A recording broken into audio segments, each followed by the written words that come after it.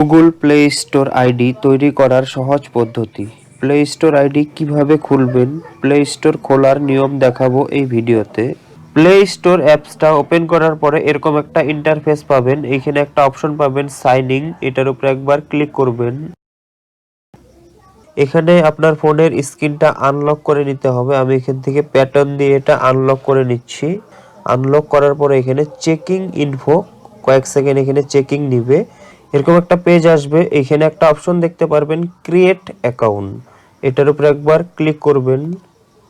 এখানে দুইটা অপশন পাবেন, সবার উপরেরটায় ক্লিক করে দিবেন ফর মাই পার্সোনাল ইউজ, এটার উপরে ক্লিক করবেন। Create a Google account, inter your name, এখানে আপনার নাম দিয়ে দিবেন। আর এখানে সার নেম অপশনাল, এটা না দিলেও হবে। তো আমি এখানে একটি নাম দিয়ে দিচ্ছি রোহিত দাস। আমি এখানে ফার্স্ট নেমের জায়গায় রোহিত দিয়ে দিলাম এবং সার নেমের জায়গায় দাস দিয়ে দিলাম। আপনার যেটা নাম হবে আপনি এখানে দিয়ে দিবেন।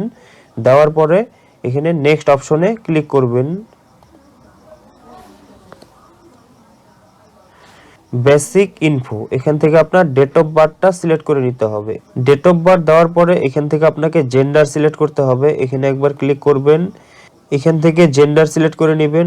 যেহেতু রোহিত দাস একজন ছেলে, তার জন্য আমি এখানে মেলে ক্লিক করলাম। তারপরে এখানে একটা অপশন পাবেন দেখুন নেক্সট, এটার উপরে একবার ক্লিক করবেন। নেক্সটের উপরে এখানে একটা এরকম বক্স আসবে। এখানে আপনার নামটা আবার এখানে লিখে দিবেন।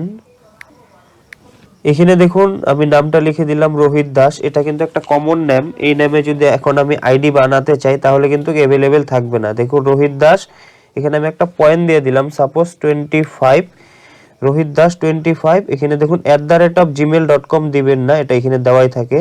আমি যেভাবে দেখাচ্ছি এভাবে করবেন। সাপোজ রোহিত দাস লিখে দিলাম, রোহিত দাস 25। এখন আমি নেক্সট অপশনের উপরে যদি একবার ক্লিক করি, এখানে দেখুন এই নামটা কিন্তু অলরেডি আগে কেউ বানিয়ে নিয়েছে, এই নামটা অ্যাভেলেবেল নেই। তো আপনাদের ক্ষেত্রে এরকম হবে। তার জন্য এখানে কি করবেন, একটা আনকমন নাম্বার এখানে দিয়ে দিবেন, কয়েকটা বেশি করে। আমি এখানে কয়েকটা আনকমন নাম্বার দিয়ে দিলাম। দেখুন ফার্স্টে কিন্তু নামটা দিলাম, তারপরে কয়েকটা লেটার দিয়ে দিলাম। এখন যদি আমি নেক্সটের অপশনে ক্লিক করি তাহলে কিন্তু এই আইডিটা আমি পেয়ে যাব, কারণ এটা অ্যাভেলেবেল থাকবে। তো আমি একটা এরকম নাম্বার দিয়ে দিলাম। নাম্বার দেওয়ার পর এখানে নেক্সটের অপশনে ক্লিক করলাম। দেখুন এটা কিন্তু অ্যাভেলেবেল আছে। এখন আমাকে এখানে পাসওয়ার্ড অপশন চলে আসলো। এখন এখানে একটি স্ট্রং পাসওয়ার্ড রাখতে হবে 8 ক্যারেক্টারের। তো আমি একটা পাসওয়ার্ড দিয়ে দিচ্ছি।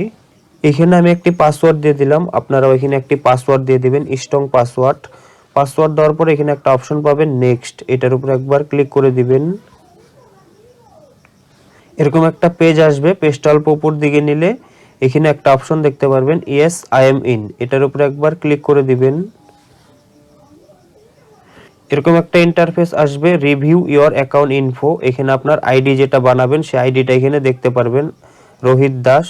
আমি এই আইডিটা এখন ক্রিয়েট করলাম। আর এখানে একটা অপশন পাবেন নেক্সট, এটার উপর একবার ক্লিক করে দিবেন। প্রাইভেসি এন্ড টার্মস, এরকম একটা ইন্টারফেস আসবে। এখানে পেজটা একদম উপর দিকে নিয়ে যাবেন। নেওয়ার পরে এখানে একটা অপশন পাবেন দেখুন আই এগ্রি, এখানে ক্লিক করে দিবেন। গুগল সার্ভিস, এখানে এখন চেকিং করে দেখছে। এখানে দেখুন প্লে স্টোরটা কিন্তু ওপেন হয়ে গেল। এই কোণাতে যদি আপনি ক্লিক করেন এখান থেকে আপনার আইডিটা দেখে নিতে পারবেন। দেখুন এখানে আমরা এই আইডিটা এখন ক্রিয়েট করলাম। তো বন্ধুরা এই ভিডিওটা যদি ভালো লাগে তাহলে প্লিজ চ্যানেলটি সাবস্ক্রাইব করতে ভুলবেন না।